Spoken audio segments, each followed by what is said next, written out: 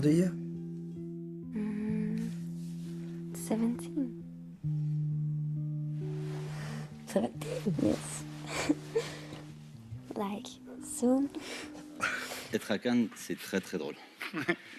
En premier, j'ai passé genre 20 heures par jour à finir le film pour être prêt à Cannes. L'idée d'aller à Toronto, à Venise, tout ça, ça me terrorisait tellement que du coup, je me suis dit, il vaut mieux abattre en un mois ce que les autres font en 6 mois. Et voilà, c'est ce que j'ai fait. À part ça, pour revenir aux deux autres sujets, on avait vendu le projet comme un mélo pornographique. Je pensais que ça se vendrait comme des petits pains. Et Vincent m'a dit, Vincent, c'est mais Vincent Marabal. effectivement, dès que vous dites le mot pornographique, les gens, ils ont peur. En réalité, l'idée, c'était pas faire un film porno, même si j'en ai beaucoup consommé pendant mon adolescence et même après.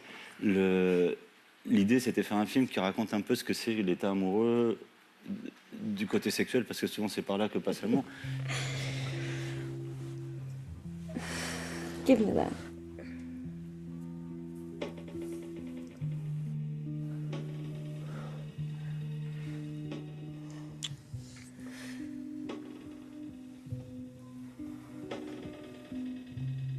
Au premier jour de tournage, on a décidé de faire un close-up de mes parties génitales. Et j'étais là dans une salle, dans le salle de bain et je me disais, peut-être devrais-je partir, m'enfuir, prendre le premier avion pour les États-Unis. Au début, j'étais vraiment très mal à l'aise. Il fallait 3 techniciens pour chaque caméra. Il y avait 2 caméras pour les scènes de nu. Donc il y avait au moins 6 personnes qui faisaient des gros plans sur vous de façon très intime, et on n'avait pas de salle pour se changer parce que le budget était très réduit, et donc pendant le tournage, je me suis retrouvé en train de me changer devant tout le monde dans un coin de plateau, et ça semblait tout à fait normal. Bien sûr, il n'est pas facile d'avoir une relation amoureuse avec quelqu'un lorsqu'on tourne dans ce genre de film.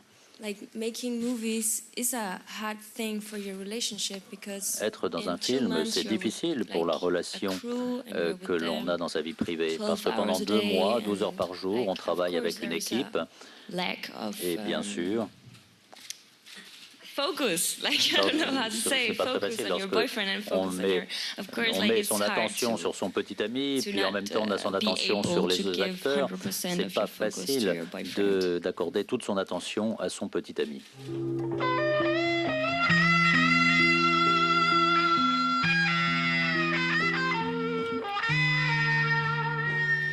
C'est sûr qu'il n'y a pas de préfinancement évident pour ce type de film, mais on s'y est mis à 3, avec Rodrigo et Edouard, et chacun on a mis un tiers du budget, et puis on a dit à Gaspard, voilà ce que tu as, démerde-toi avec ça, et puis je pense que c'est pas mal démerdé.